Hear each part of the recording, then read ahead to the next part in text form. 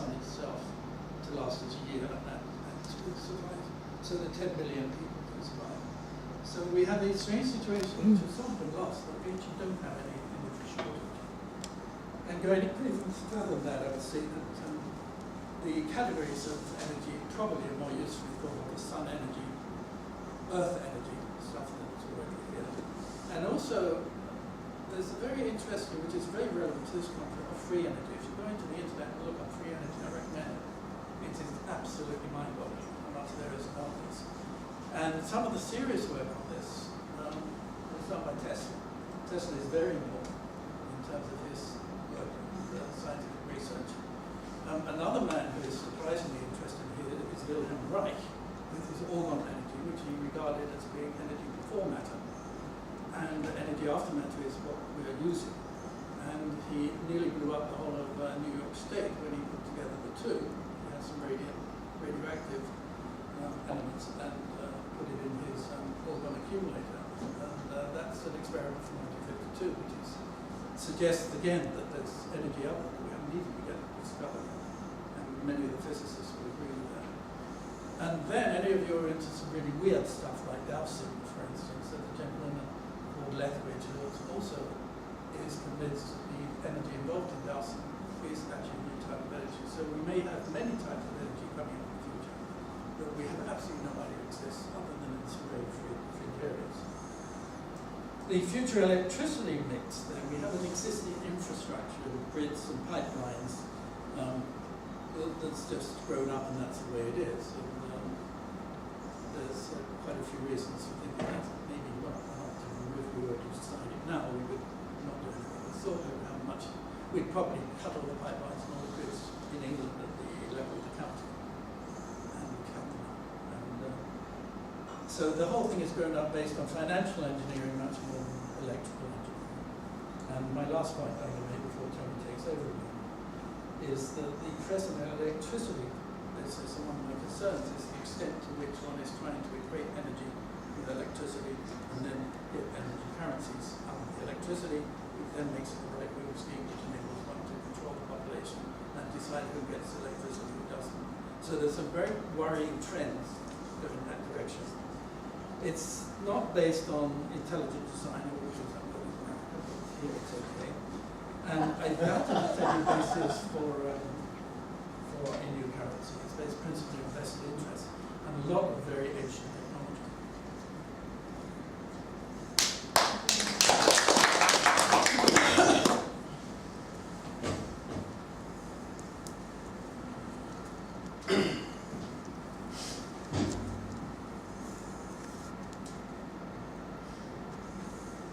Well, the purpose of currency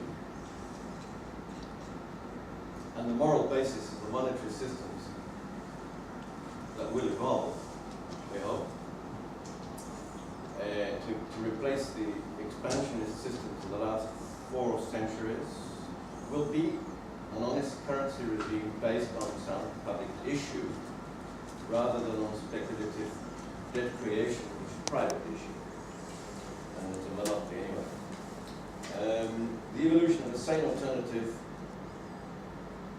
to the present competitive and warmongering energy and credit regime will share a number of similar features and could usefully take place in parallel, i.e. the energy and the credit regimes can evolve together, they're related. Today the issuance of money and credit has become a private right of vampire speculators who are using it to squeeze a lifeblood out of local, regional and national economies. I mean, it's not a pleasant idea, but it has that effect. People tend to work very hard and not see the benefits. So, but it keeps them on the move. And the right of issue must be reclaimed by sovereign governments. Well, these don't have to be central governments. It could be a Swiss canton, it could be my municipal council, it could be anyone. But it has to be public. And then the issue of sovereignty comes up. Credit should be a public utility, and it's for the benefit of the people. And incidentally, pay the accountants, but no more than that. The optimal scale, this is one of the questions put by the organizers, the optimal scale or the optimal backing for a currency depend on what we want it to do. Whose economy is the currency designed to serve, and on who, and who counts in the decision making. Similar questions need to be asked about energy infrastructure. Who is the issuer of the money which runs the system? Is it the community, the nation, or is it a private monopoly? What is the basis of issue? Is it terrestrial reality or is it a speculative fantasy? These are questions. Everything you say has two meanings, depending on whether you're the fox or the chicken. So, who is the agent of issue? Is it the Commonwealth or is it a private protection right? Which includes the state, obviously, because the state is paying. I mean, it's a protection right which does not actually provide protection. So there's a problem there. What is the source of the power in the pyramid? Is it top side or downside? And who owns the world? Is it peoples or gangsters? You know, these questions, you will be amused here, have constitutional implications. Okay, so you will not be surprised, but it's forgotten about very frequently. So as the new currency and energy regimes emerge, the principal task for parliaments will be to prevent the controllers of the old debt machinery maintaining their privileges by deploying the present monopoly power to subvert or arrest the democratic process by means of legal or quasi-legal or illegal activities, usually military, police. In many cases, parliaments will require the national political authority to step aside and leave the decision-making to the most subsidiary administrative infrastructure of the nations from the beginning of the debate, from the earliest stage of the debate. This could be a municipality or a regional or a canton. The best ideas come out of the magma. So, sovereign localitude is a principle that we've formulated. It's similar to similar concept to self-determination, but it goes further. It has the potential to underpin constitutionally the means for achieving several ends. A, restoring moral sovereignty to constituent communities, constituent assemblies, wherein diverse people cohabit for common territory. In my commune, we have people who vote for the Front National, we have people who vote for the Communist Party. In my parish, we have a bit of everything. Mostly communists, old communists. It's an anomaly in France. We have a lot of rural communist municipalities, but we have to get on with everybody. We don't have to love them, we just have to get on with them. It's a family. We share this territory with my neighbors. They cut my hair, you know. So, so we cohabit the territory or the planet, if you like, right? I'm a localist. So we seek consensus on questions of policy, administration, technology. These things are possible. They're not probable, but they're possible. B, introduce democracy into the management of the means of exchange. Pass over that very quickly. C, allow for the distribution of energy created safely 93 million miles away by the sun's internal nuclear process. Okay? Could be 93 miles for all I care, really. But anyway, it's 93 million. But what does this mean? This is where we quote Halford Mackinder from 1919. Instead of the principle of interests, which is the heretical religion of money theism, which puts capital in command of the human spirit, we prefer to establish a principle of locality, other than the sovereign locality, just to make it clear. Implying that technological choices are made by the people, not by the lords and masters.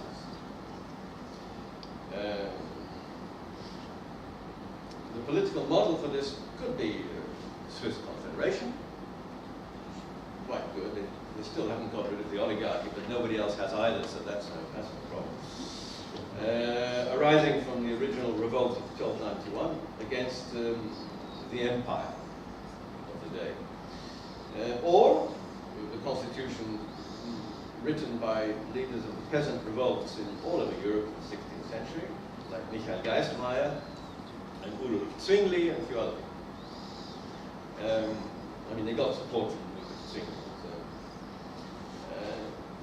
And, well, another model is perhaps the Yugoslav Constitution 1974, which was not bad.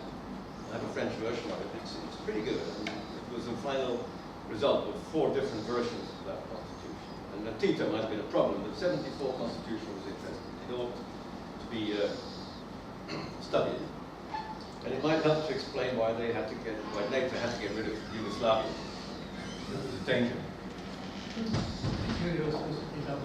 Yes, I'm supposed to keep out of politics, but I mean, anyway, the emerging Icelandic constitutions would also be very interesting.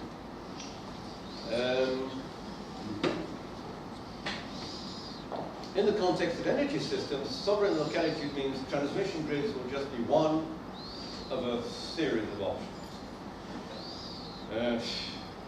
When the self-determination of regions and micronations is paramount, this will allow for the subsidiary administrative territories to come to their own appreciation of reality, of resources, policy, whatever. There's no earthly reasons why they should not be left to do this first. The subsidiarity principle as formulated by Pope Leo XIII in his encyclical Rerum Novarum in 1891 didn't apparently make it clear who decides what is feasible, what level of the administration. So, and that's the founding fathers of the USA made that a little clearer. This priority can now be re-established, severely limiting the topside decisions of technocrats. You're all good technocrats, in my point of view. You know, joke about the good technocrats. The only good technocrats are dead. But I mean, you're all good technocrats, right? Severely limiting the topside decisions of technocrats was empowering the people to remember that they embody the sovereignty of the human spirit and can decide within each territorial assembly what we want, and what we can do, what we cannot do. And so there is a conclusion here. The nations which concluded the Peace of Westphalia in 1648, they started 30 years before. The turning point was 1644, and then they came to conclude in 1648. They established peaceful coexistence between the nations rather than competition as the governing principle. But since Bretton Woods in 1944, these nation-states, as redefined 300 years ago, lost their sovereignty, their economic sovereignty, and unbridled competition is now on a final rampage. Yes? Yeah. We've only got 2 minutes. Right. I mean, I'm skipping the conclusion, but it's in the document. Thank you.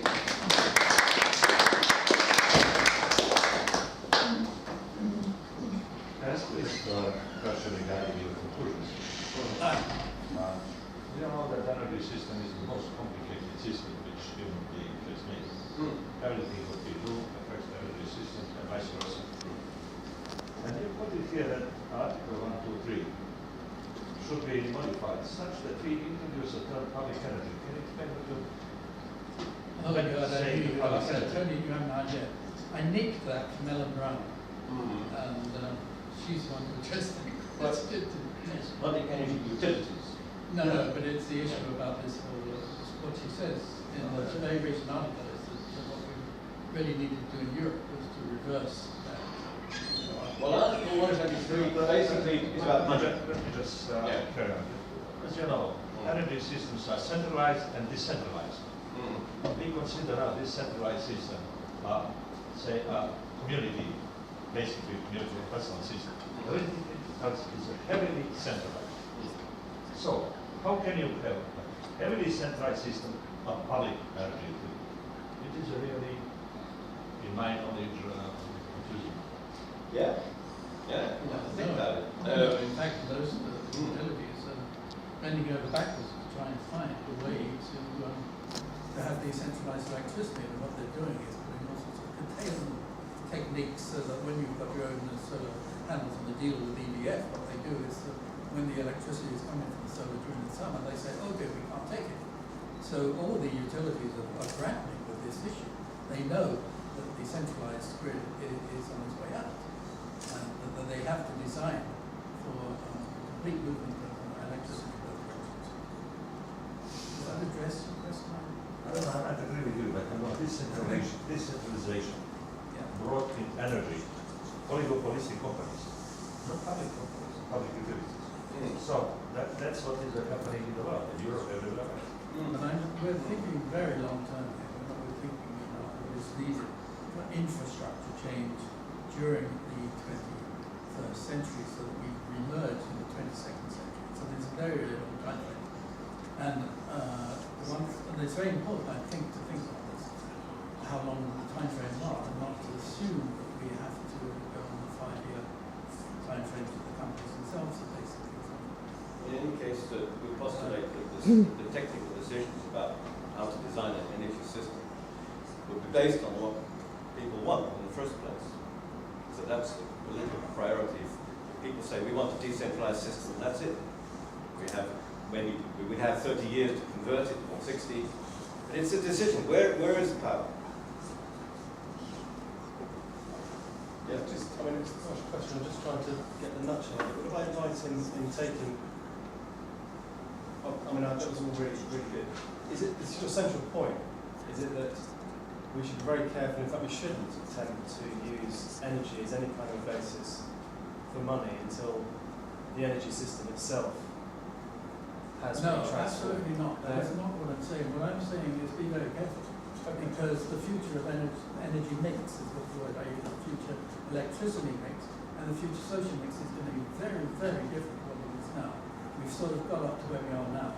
Yeah. So everything must be designed with a view to where we're headed, and a lot of gazing into the future. But it would also be true to say that, from your presentation, I took that, I agree with your analysis of the problems with the current monetary system, and then you also analyse that there are similar sorts of problems of monopoly and control with the current energy system. Right.